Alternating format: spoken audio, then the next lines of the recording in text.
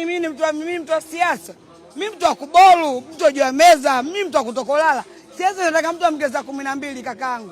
Siasa tu Harmonize mimi mkataka kusema bomo kla, mimi nitaweza kuvumilia. Baby zanga panda pale nina neti tupu nikaifanya CCM isingatwe na mbu. Mnaelewa eh? Au ngafanya chama chochote kisingiliwe na bakteria. In that time nika trend mimi. Kwa mimi ni zaidi ya siasa and I believe like ni zaidi ya siasa. Mimi ni Mtanzania, ni kwa kuzaliwa Tanzania ni baraka tu. Umeelewa?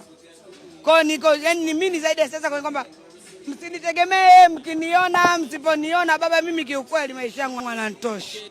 Mimi siwezi kucheka tena na mtoto. Nyinyi gombana mimi niingize la chako maana nyinyi nimeingiza nini? Shabishana na nyinyi nimeingiza nini? Nishafanya hivyo mkaenda kufungua, lakini Mungu analipa kuliko chochote. Na Mungu anajibu kuliko lolote. Mimi nachoshukuru ni Mungu, nashukuru kwa alikuwa hapa.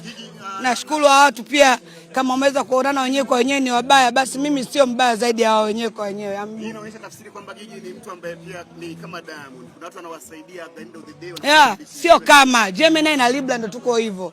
Kagugu, kwani wewe kaka una chat GTP ile? Hebu ulizaga mambo ya dunia yako utakuja kupitwa wewe. Watoto wenyewe zote wana Google. Siku hizi hamna mambo ya kuomba ushauri. Kana simu yako ongea na roboti baby AI. Sawa? Inakudisappoint labda kusaidia watu wengine. And disappoint siku hizi hamna ushauri wa kuombana na shoga tena, ni unachati na AI.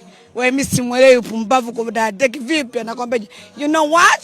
Your friend is fake one. People like that is doing that. Like dada lakini unaona kitenesi kidedea baby viendani. Tenesi la kidedea si unajua kaole na tennis ball. Unaona Go talk to your Google, talk to your phone. Your phone is equipment. Ukitumia vizuri ni biashara, ukitumia vibaya ni kimawasiliano.